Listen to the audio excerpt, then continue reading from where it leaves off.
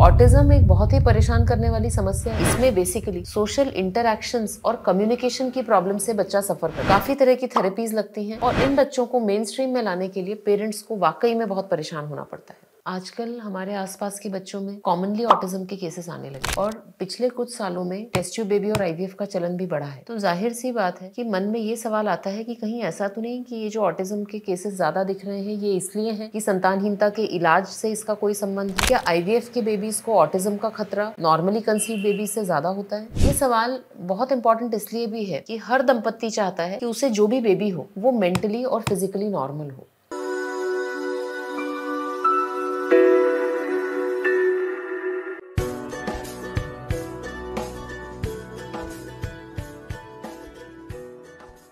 मैं आपको विस्तार से बताऊंगी कि ऑटिज्म और आईवीएफ इनके बीच में क्या रिलेशन है, कौन से वो मेन ट्रायल्स हैं जो इस विषय को टैकल करते हैं और उनकी क्या फाइंडिंग्स हैं। सबसे पहले जान लीजिए कि जो भी ऑब्जर्वेशनल स्टडीज हैं जो बहुत सारे बड़े बड़े कोहोर्ट्स को फॉलो करती हैं वो एसोसिएशन बता सकती हैं, यानी कि ये कंडीशन इस कंडीशन के साथ में कितनी पाई जाती है। परंतु association is not equal to causation, यानी ये दोनों चीजें एसोसिएटेड हैं परंतु एक दूसरे का कारण नहीं है। इसीलिए जब भी हम ऑटिज्म के स्टडीज को भी इंटरप्रेट करेंगे तो हमें बहुत कॉशन का इस्तेमाल करना है। ये एसोसिएशन हो सकता है, कॉजेशन हो ऐसा आवश्यक नहीं।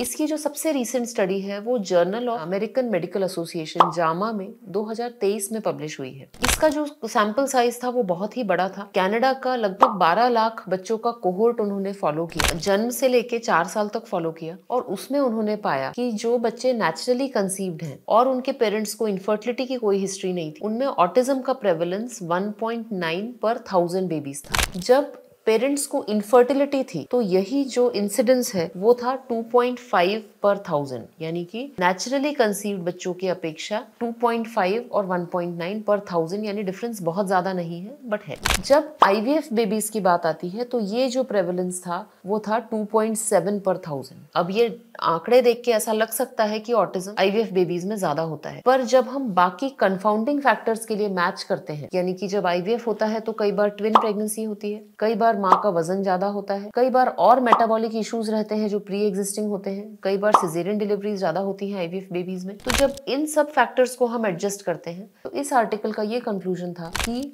सब फर्टिलिटी यानी इनफर्टिलिटी के केसेस में ऑटिज्म थोड़ा सा ज्यादा रहता है और वो डिफरेंस है केवल 0.6 पर 1000, यानी कि 10,000 बच्चों में से 6।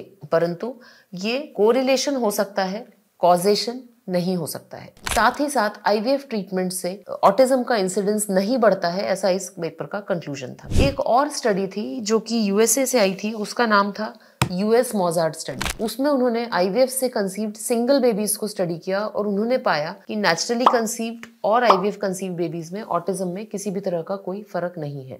एक कैलिफोर्निया से जरूर स्टडी आई थी जो कहती थी कि इक्सी से जो कंसीव्ड होते हैं बच्चे उनमें ऑटिज्म मार्जिनली ज्यादा पाया जाता है, पर इस स्टडी में बहुत सारे मेथोडोलॉजिकल इश्यूज थे जिसके कारण इसके जो कंक्लूजन्स हैं उसे हम कॉजेशन नहीं मान सकते।